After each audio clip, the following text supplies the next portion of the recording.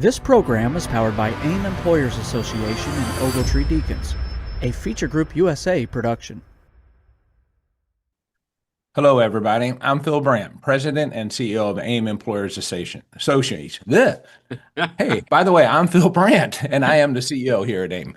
A recent study by Sapentine Insight Group found that 55% of CEOs see HR as a strategic partner, but only 52% of HR professionals see themselves that way. So, is it a confidence gap that keeps HR stuck in the operational mode, or is there more to it? Our guest, Kris Gfell, is going to join us and help us sort it all out. All this and more on This Week at Work. Welcome to This Week at Work, the only show to pack workplace news, practical HR solutions, and timely insights into every 30-minute episode. From the latest rulings in the courtroom to the strategies unfolding in the boardroom, and from real conversations taking place on the front lines to spotlighting what similar companies are doing about the challenges they face. This Week at Work brings you the conversations that matter most to HR professionals and business leaders like you. Brought to you by AIM Employers Association and Ogletree Deacons, live every Thursday morning. This is your opportunity to connect with their experts and ask your burning questions. So what's keeping you up at night? Let's face it together now on This Week at Work. All right, welcome back, everyone. Burt Garland, how are you today? One day from Halloween. I'm dressed up as a lawyer going to court today, Phil. Boy, now that's a good joke. Good one, good one. Hey, I went to the zoo the other day, and all they had was a dog. Interesting. Yeah. Where did all the other animals go? I don't know. It was a real Shih Tzu. There you go. That's funny. Wow. Boom, boom. All right, there's my Halloween joke. Get us kicked off for Halloween. Maybe share that one with your kids if you're comfortable with that. I heard that on the radio on the way in. I didn't create it myself, obviously. I told it to you. Yeah, Burt, we got a lot going on. All kinds of things happening around the world and right here with employment law. You want to get ready and get going on Lawyer on the Clock here? Well, yeah, we can jump into it that quickly if you want. Yeah, I do. Let's just get into this. I want to get to Kris Gfell as well. We got a lot to talk about. I think that our HR professionals are going to enjoy. So, Nick, if you're ready, let's pull that lever. Curious about a case that could wreck your workplace? Lucky for you, we have a lawyer on the clock. So, Phil, the first one I want to talk to everybody about is the EEOC, the Equal Employment Opportunity Commission. Just a couple weeks ago, the EEOC finally, for the first time during Trump's presidency, the second presidency, restored its quorum. The Senate confirmed President Trump's nominee, Brittany Panuccio, as an EEO commissioner on October 7th. That confirmation reestablishes the Republican majority on the commission and provides the 3-member quorum that's needed to make significant policy changes that run in line with the president's stated priorities for the EEOC. So following the confirmation, acting chair Andrea Lucas, who had been the acting chair, now she'll end up being the chair, she posted on X, now, quote, "Now the agency is empowered to deliver fully on our promise to advance the most significant civil rights agenda in a generation," end quote. Wow, so that's pretty impressive statement. Very impressive statement. Now, only about half the country is going to agree with that aggressive civil rights agenda. The EEOC, while it did not have a quorum, it had the power to investigate pending charges. It could also approve certain types of litigation, but it could not take any formal action with respect to official EEOC guidance, regulations, or enforcement priorities. And so now with the quorum restored, the EEOC can make official the unofficial changes that it had instituted under the Trump administration. An example of this would be the EEOC had approved its strategic enforcement plan for fiscal years 2024 through 2028 under the Biden administration. That included an enhanced focus on combating discrimination against religious minorities, racial or ethnic groups, LGBTQIA plus individuals, and pregnant workers.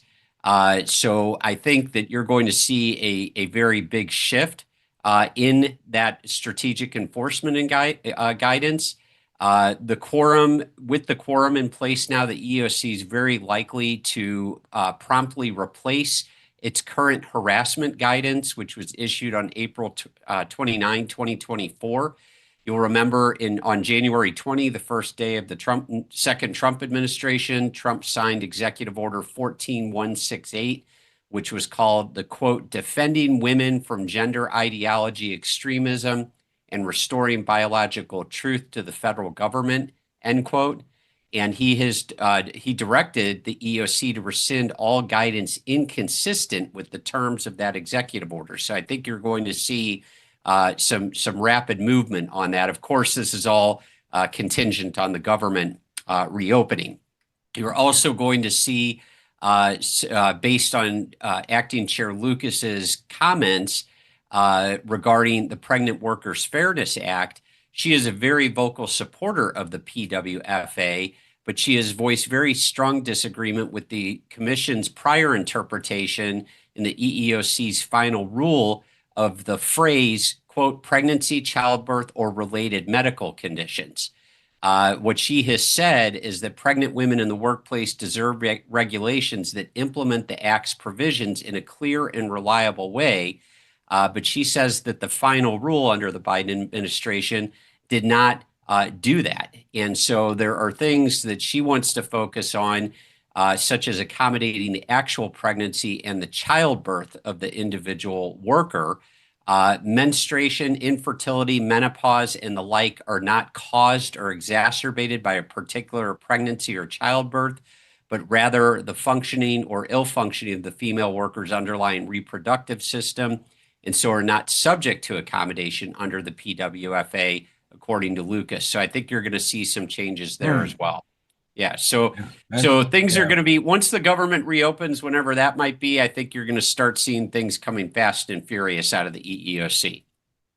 Yeah, well, that's going to be, so I'm glad we're going to have more programs in the future, because I think you're going to have a lot to report on. That's a pretty aggressive statement and position to take. Very much so. Yeah. So I've chatted a little bit of reference the government shutdown. Bloomberg, a report out of Bloomberg Law this morning says the federal government shutdown, according to the Congressional Budget Office, has cost the U.S. economy at least $18 billion this year, a figure that will intensify in the weeks to come, according to the CBO. They estimate that between $7 billion and $14 billion of the hit to gross domestic product will not be recovered, depending on the ultimate length of the shutdown. So again, we're into nearing right around 30 days of the government shutdown, I believe, and it doesn't look like there's an end in sight right now. Now, interestingly, Jerome Powell yesterday. So yes, I'm going to say it's a little bit interesting, right? So it's cost us $18 billion. I don't know what the Republican Party might suggest that it saved us within our payroll. You and I last week were saying, well, I don't feel anything from the government. I haven't experienced. So that's a big number to understand the impact of that cost. But anyway, Jerome Powell. Yeah, so Jerome Powell yesterday held a press conference after the Fed cut interest rates by 0.25% yesterday. The market loved that yesterday until he made a comment that a rate cut in December is not guaranteed, and then the markets promptly reversed themselves. The reason I'm talking about Powell right now is because he made some other really interesting comments that affect labor and employment law and affect or impact the workplace. And he acknowledged yesterday that AI could have implications for job creation and that the Fed is carefully monitoring the situation. He did state that the layoffs tied to AI have not fully registered in official jobless claims yet. And so we've all seen the news in the last few days that Amazon is laying off 14,000 workers, mainly in the white collar sector area, I should say. And they did take note to say that part of the layoff was the correcting the overhiring from post-pandemic, trying to make it Amazon more efficient. But I don't think you can minimize the impact of AI in these layoffs, in that these layoffs from AI, according to Powell, are not yet showing up in the jobs data. He did mention that we're in what he called a low hire, low fire economy right now. The Fed chair described the current labor market as low firing, low hiring. Means that while layoffs have remained relatively low, job creation has also slowed significantly, a dynamic that AI may be influencing. So, that's an interesting way of, the low hire, low fire. I mean, we're seeing that, as AIM works with, its members across the region and throughout Florida, definitely a low hire environment. We can measure that through the involvement of our background verification, as well as just as it relates to like hotline calls on disciplinary and termination issues, all down. Everything is down in that spectrum. If I go back to Amazon and the 14,000, there's an interesting blog that was produced by the chief people officer. I don't know exactly her title at Amazon. And I read that, and she references much of this has to do with the aggressive and progressive position that they've had on AI, and how that's definitely one of the influencers, as I interpret that letter. She doesn't directly say it is a direct relation to AI displacing people, but at the same time, I think I've heard from the other Amazon leaders that it's not because of AI and it's because of overhiring. So I'm even hearing different messages out of Amazon on what the relationship to the 14,000 positions are. my So it'd be hunch is, interesting. yeah, my hunch is it's all the above. Yeah, And a little bit of everything. yeah, Right. exactly. Yeah. Now, Phil, that got me thinking, like, with AI and everything, and I know, I mean, you've talked before on the program about what a lonely guy you are. You drive around in your car talking to your AI companion Yeah. like it's a real person. And I saw something out there It's the other friendly. day. The AI does not make fun of me like you do, Bert. Well, I got me thinking that, you could take AI to the next step. And I saw something out there yesterday that I thought was right up your alley. Have you ever heard of Neo, Neo, Phil? I have, but go on, and I'm very familiar with Neo. Why Yeah. does this not surprise me? Well, for the low price of $20,000, Phil, you can purchase your own robot assistant for helping you around the house. I imagine Neo can drive around in the car with you so that you actually have another physical being in Companion. the Yeah. yeah physical presence in the car with you, rather than just talking through your phone. And you might even be able to bring Neo into work. Nick, hopefully you're playing some of this video here of Neo, working the air fryer in someone's home, trying to help Phil repair the car. Going It's down the not stairs. Never yeah, again it's do you have to worry about what's hiding under the stairs. You have your protector with you. yep. Yeah. Well, It, you guys are doing a very good job. It's Halloween. I know there's lots of jokes, and we want to poke fun, and I know I can be an easy target for that. I accept that. But let me help you along for a minute, Bert. all Now, right. you and I haven't talked once this week until today. Yep. And I didn't know you were going to present anything on Neo before the show. We kind of take a free approach to current events as they occur. But what you don't know is, so yesterday I was in our CFO's office and I said, "Hey, I need you to look into this robot called Neo." They're about 20 grand as I understand it. I said, I would like to buy one for the office here because we are always having, we have an individual today. His name's Daniel. Daniel's a very great employee. This has got no mark on Daniel at all. And so we're going to make Daniel our robot engineer. Daniel is, by the way, an engineer by degree.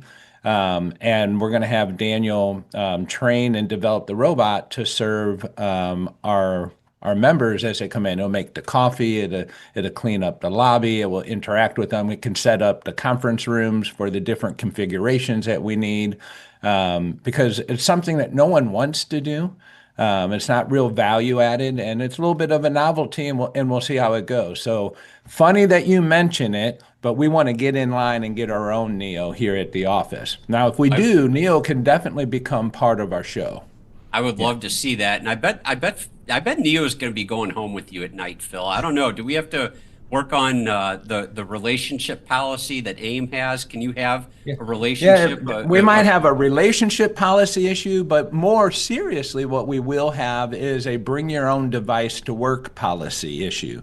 So we all have policies, and this is where, Kris Gfell, our guest today, he's always helping organizations in this space.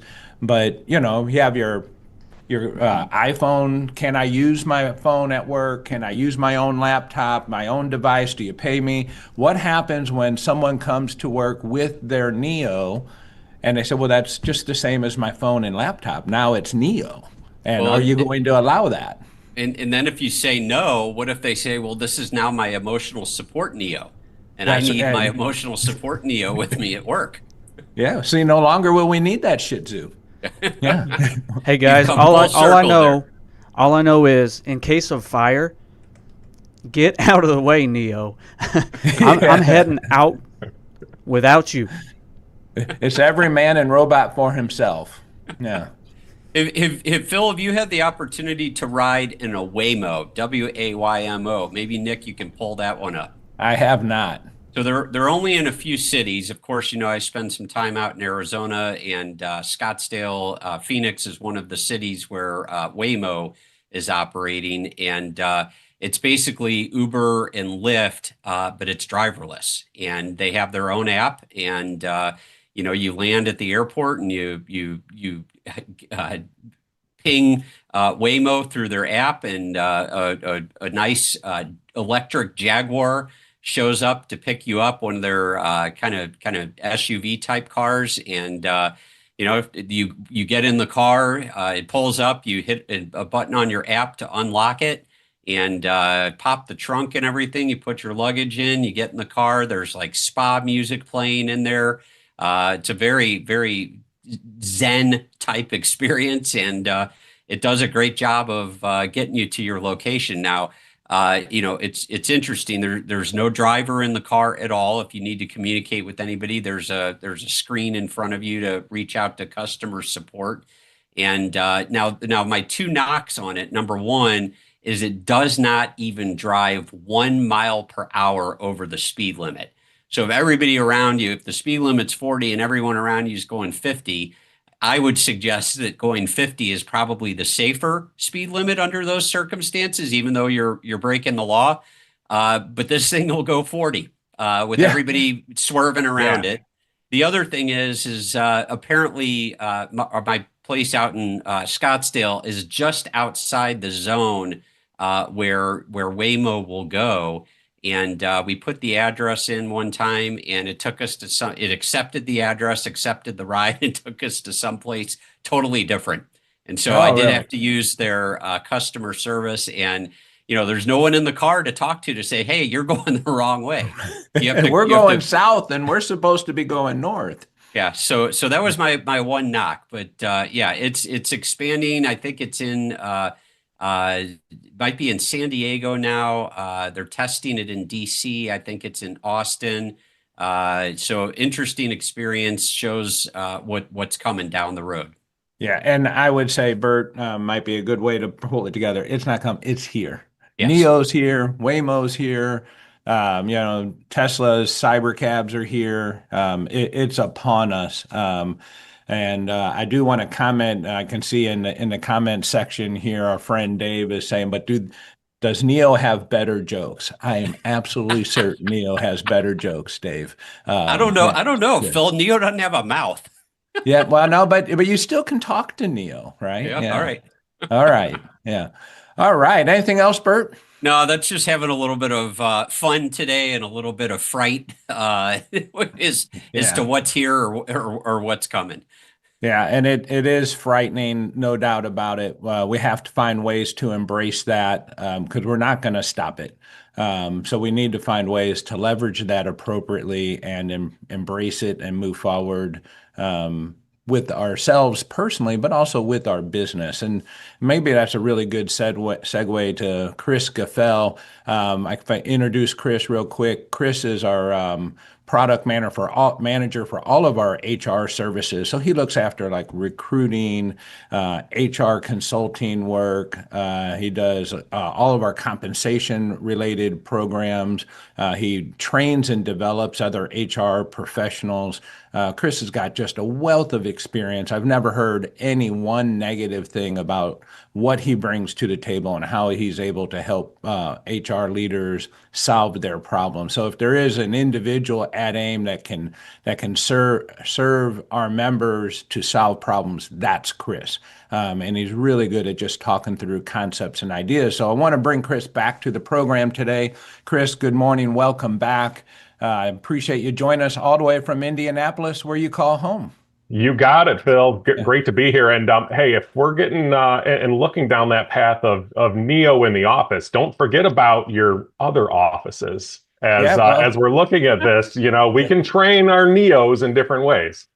Well, we start with one, and I can see a whole fleet of these being available, and maybe our members will even want to lease them from us for their task and chores. There we go. Phil, you're going to be a Neo broker. A Neo broker, I like that. All right.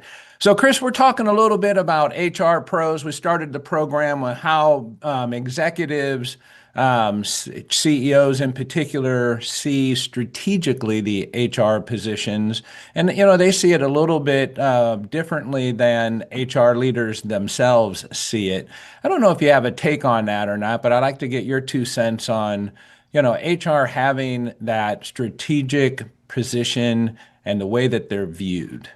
Yeah, so there's a lot happening, obviously, as we spend time with Burt every week and covering, hey, there's changes that are going on, and then we talk about now we're getting to AI and everything that comes through with implementation. When we look at HR and what's happening and people that I'm talking to, it's like, are we really setting out to become this leader immediately in HR? Not necessarily, right? We put the foundation in and work through. And I think that's where, a lot of individuals and companies that I'm working with today, that's what they're focusing on is we got to maintain the day to day. And, we triage, we put out fires, we just make sure that we can keep things moving in the right direction. And yet there's still this executive side that needs to be done, the strategy, the workforce planning. And then sometimes we're left scratching our heads like, what does that even mean? And how do we even get there? Sometimes is it not really about experience and timing, right? Like everyone wants to be strategic from day one, we don't all show up with strategic thought. But I see this in young professionals where maybe you just don't have the experience yet to be the strategic leader that a CEO is ready to lean on. And there's this element of experience that leads me to having a voice that might be listened to better. And so the frustration that I hear is they're not listening to me. And sometimes in my own mind, I'm like, well, you don't have the experience yet to get that. I don't know if you run into that gap of experience versus strategic thinking and where those two axes cross. Yeah, it's absolutely there. And obviously, we have to have the expectation of you cut your teeth, right? You go through cycles. And I know we in AIM, we talk to our members about the cycles of HR and things, can happen somewhat cyclically with some topics that we work on. And so it's, you're really getting in and working through these opportunities to connect, not just with people, but with the business. And I think that's where you start to become, from an HR professional, really a business partner. That's where we start to excel. And now we have that, it's not just the seat at the table, but it's the voice, and we're being heard. But it is that effort of going through and working through topics as we progress through a career. Yeah, it's interesting because I was that same leader that I'm talking about. Like I showed up on the job, and I thought I had a whole lot more to offer than I actually did. Like that was the way I saw things. I'm like, well, you should listen. I know. I went to school. I learned this. I heard someone talk about it. Therefore, I'm experienced enough to have an opinion on it. And it's only now that I look back on my career and I see what I did know, didn't know, and where the gaps. It's easy for me to see where the gaps were in my own experience. And one of the things that I hear often from HR professionals is they ask the question to me. I know they ask the question to you, and particularly the programs that you teach, is like, how can I get ahead? What can I do to become more strategic? And my answer is always around getting more experience. And how do you accelerate the experience curve? And so last night at dinner, I was having an interview with a candidate over dinner, and we were talking about each other's experience and how we got it. And one of the things that I shared was there was a time in my career when, I was a safety engineer and I didn't have anything to do with HR, but I thought I was very strategic and knew everything that it would take to do, but I was just trying to get ahead. And willing to do whatever it took to get ahead. And we had a third shift position open for a supervisor that was being discussed in a meeting that I was in, but not really able to contribute to. And finally, I just looked at him. I said, well, I'll do that job. And, the conversation kind of took them by surprise, and they came back and they said, yeah, but then who's going to do your job? I said, no, I'll just do both jobs. Let me do it.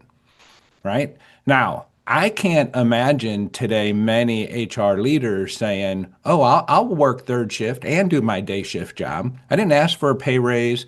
I wasn't expecting anything different. I was like, well, the company needs the help and I need more experience. I've never done that before. Let me do it. I think I could do it. It was so hard. It was so difficult. After about 6 months, we were able to, transition me out of that role and get someone in the role more permanently. But if I look back at my experience and growth in that 6-month period was probably the fastest growth of experience I ever had, because I was doing 2 jobs at one time and hustling and learning very important skills that later in life had helped me in HR far more than they helped me in safety. And I don't know, but if you experience, but to me, when I'm talking to individuals, I'm like, that's what seems to be missing, that real hunger to do whatever it takes to get ahead so that when the time comes, you're ready. What do you see when you're working with that younger, just coming into the workplace individual and the willingness to do whatever it takes?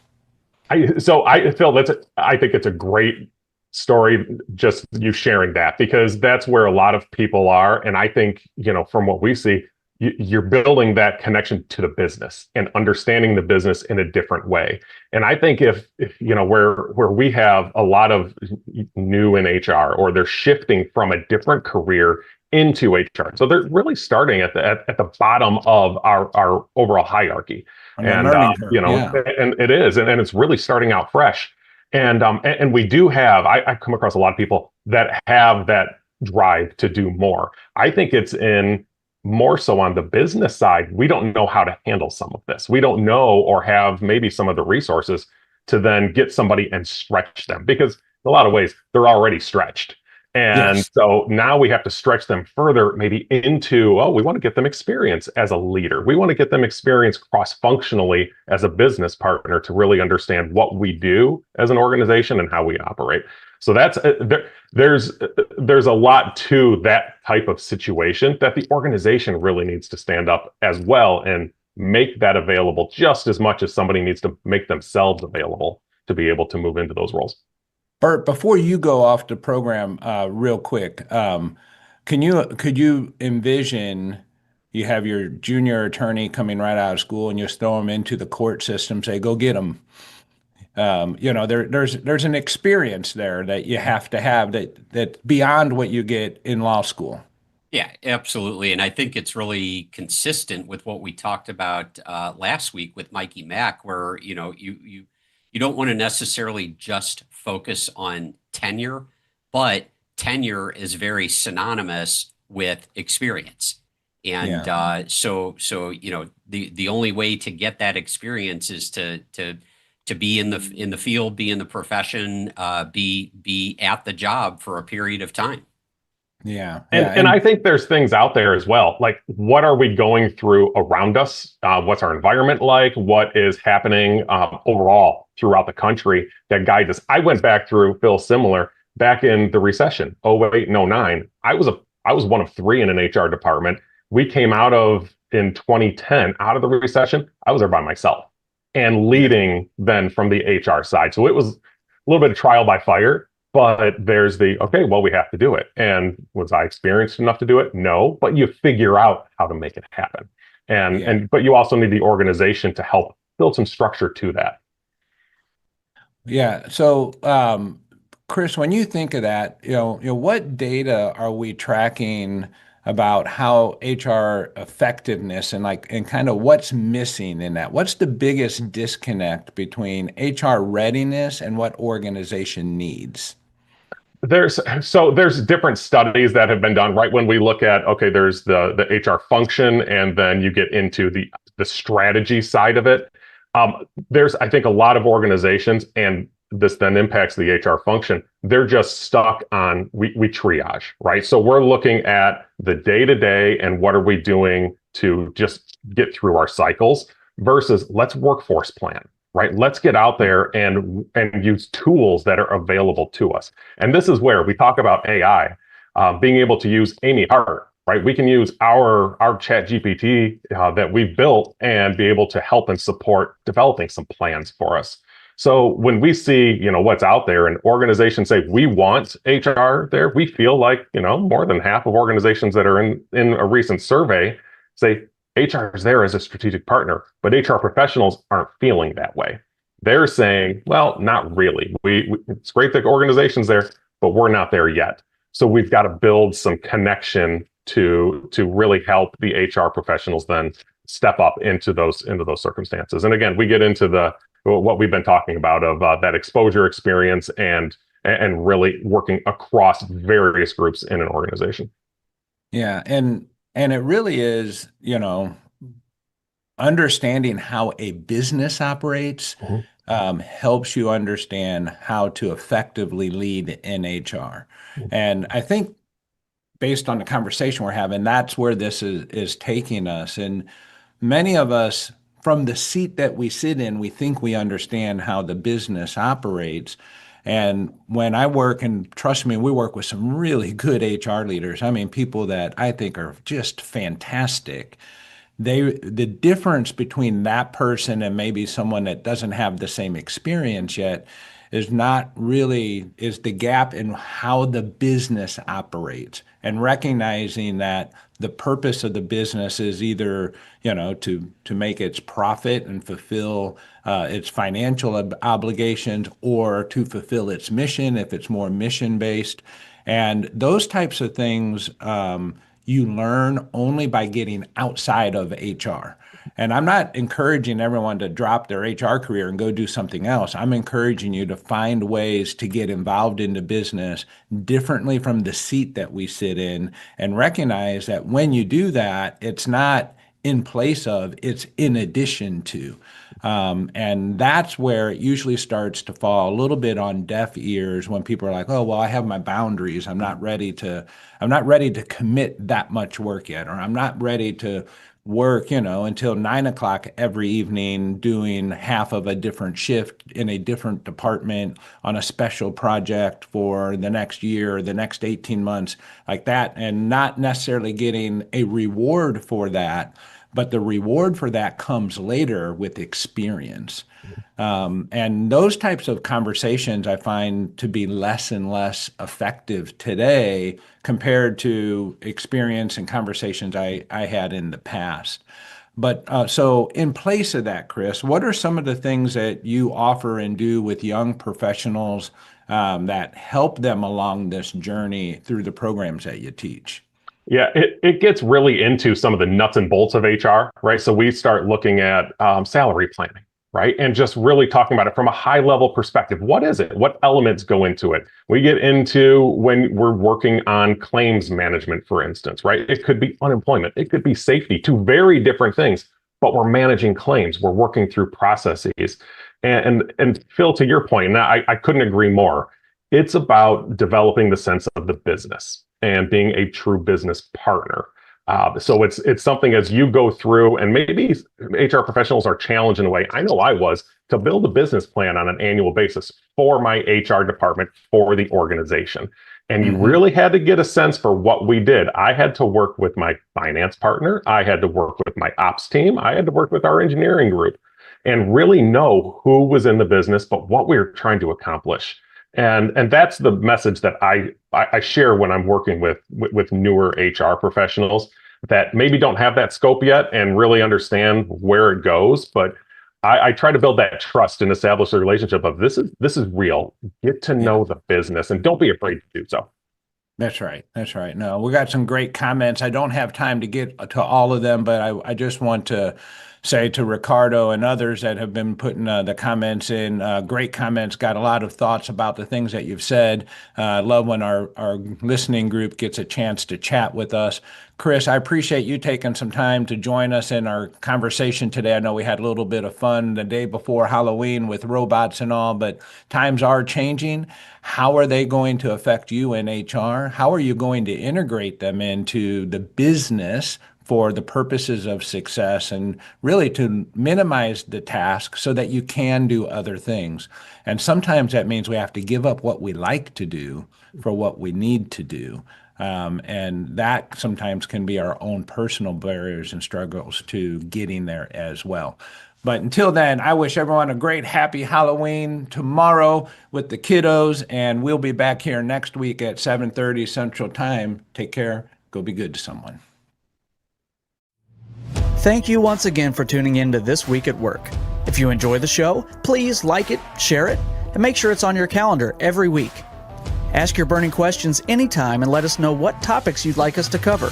Just go to hrask.org and be sure to leave a review wherever you catch our show to help other HR pros find us as well. We'll see you next week when we discuss what's happening this week at work.